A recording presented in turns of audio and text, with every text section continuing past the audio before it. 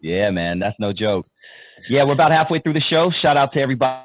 Let me take a quick minute just to remind everybody to hit that like button. If you haven't already, just go on and smash it for your boys. That really helps out. The algorithm lets YouTube know that we exist.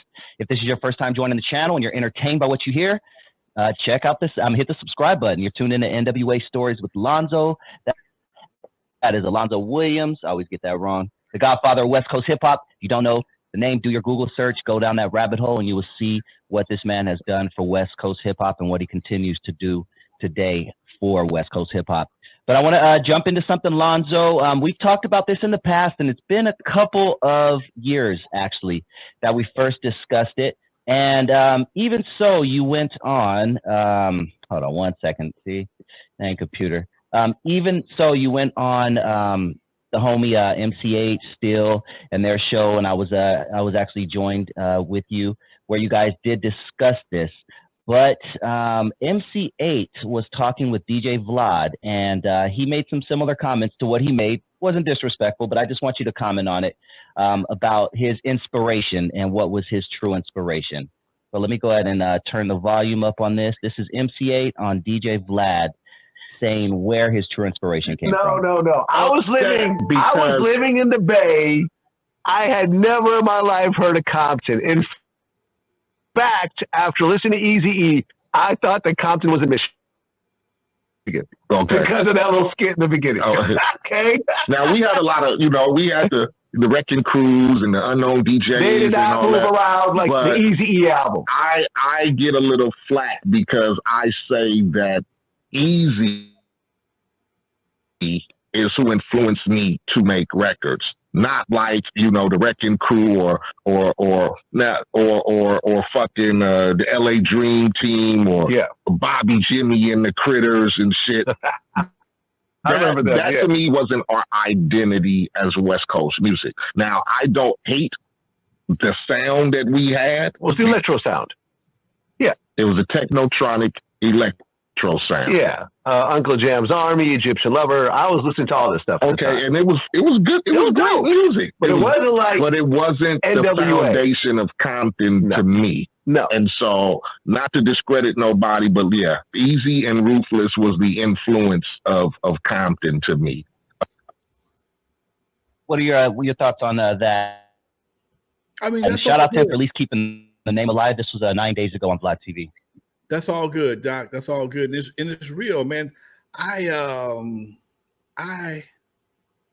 realized that I played a Wreckin Cru, played a intricate part, but we were the beginning and the end of an era.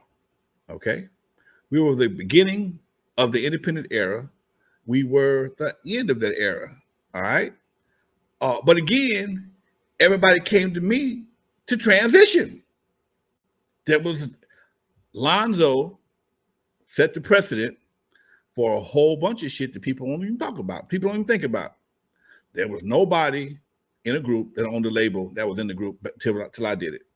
That became the blueprint for Eazy.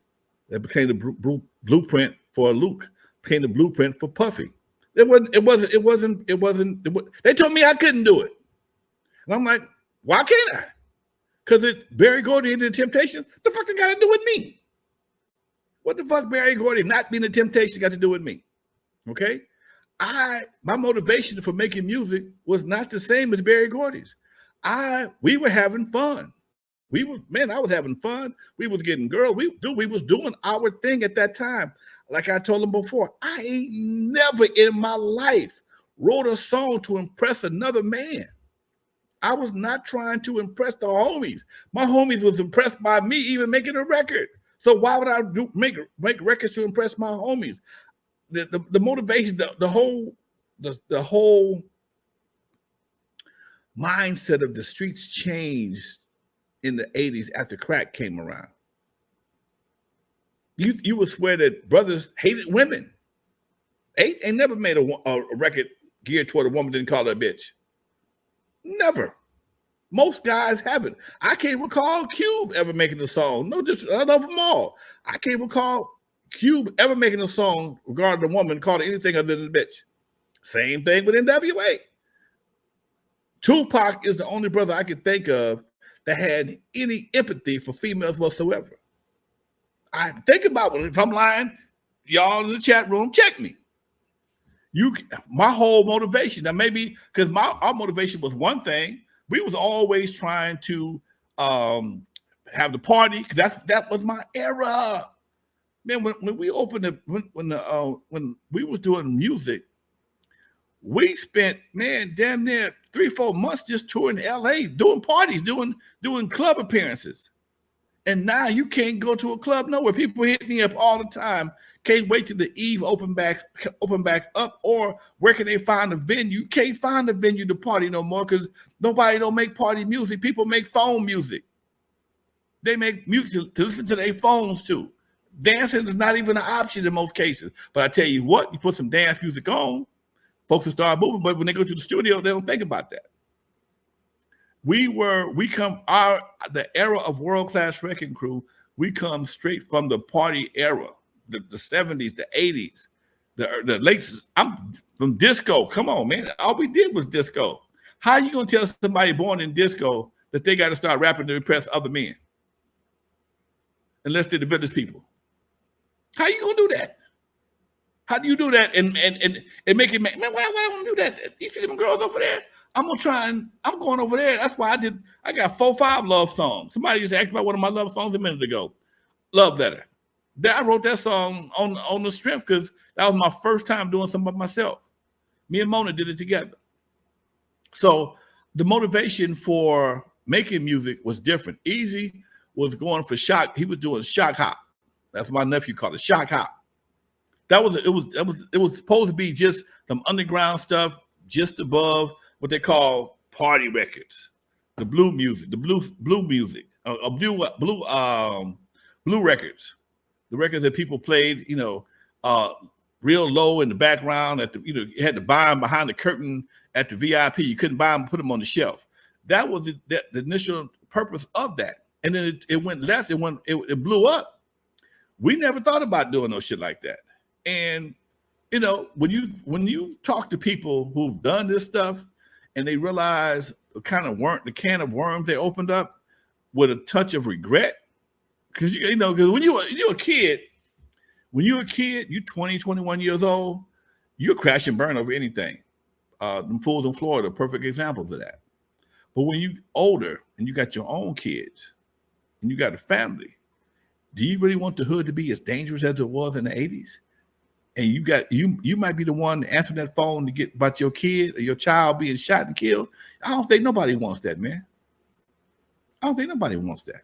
So when you sit here and you think about folks making gangster rap records about how bad Compton is, but they got their asses up out of here. Most of them are gone. They all live in white neighborhoods talking about how bad Compton is.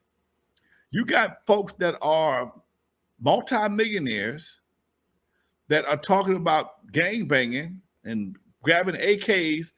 These same brothers got AARP cards, grandkids, ain't lived in the hood and God knows how long, but still perpetrating the same shit they promoted back in the 80s and 90s. Your kids going to private school and college based on the blood and death of other folks' kids. Come on, man, that's bullshit. And I don't give a fuck who don't like it. That's bullshit. And I'll be hated for it. I don't give a fuck. But that's the reality of it. You got folks that are grown-ass men still talking the same bullshit they were talking about in the 90s. You can't tell me your life ain't changed more than that. You can't tell me that. And if it has not, you doing something wrong. If you still talking the same shit in the 80s and 90s, when you got an AARP card and you're 50 plus years on earth, and you still talking the same shit, who you talking it to?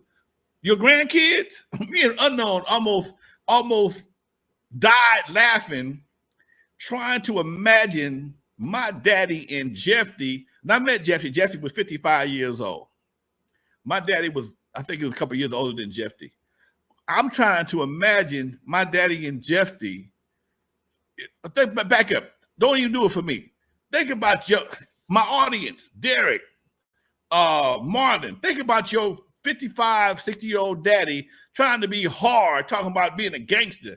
Dusty, you do the same thing. I know your father passed. Imagine your daddy is 60 years old or 50, whatever it was he was, talking about being a gangster at 60 years old. How stupid that sounds, okay? Oh, and who are you trying to appeal to? Your market is dying every day. Your market is dying every day.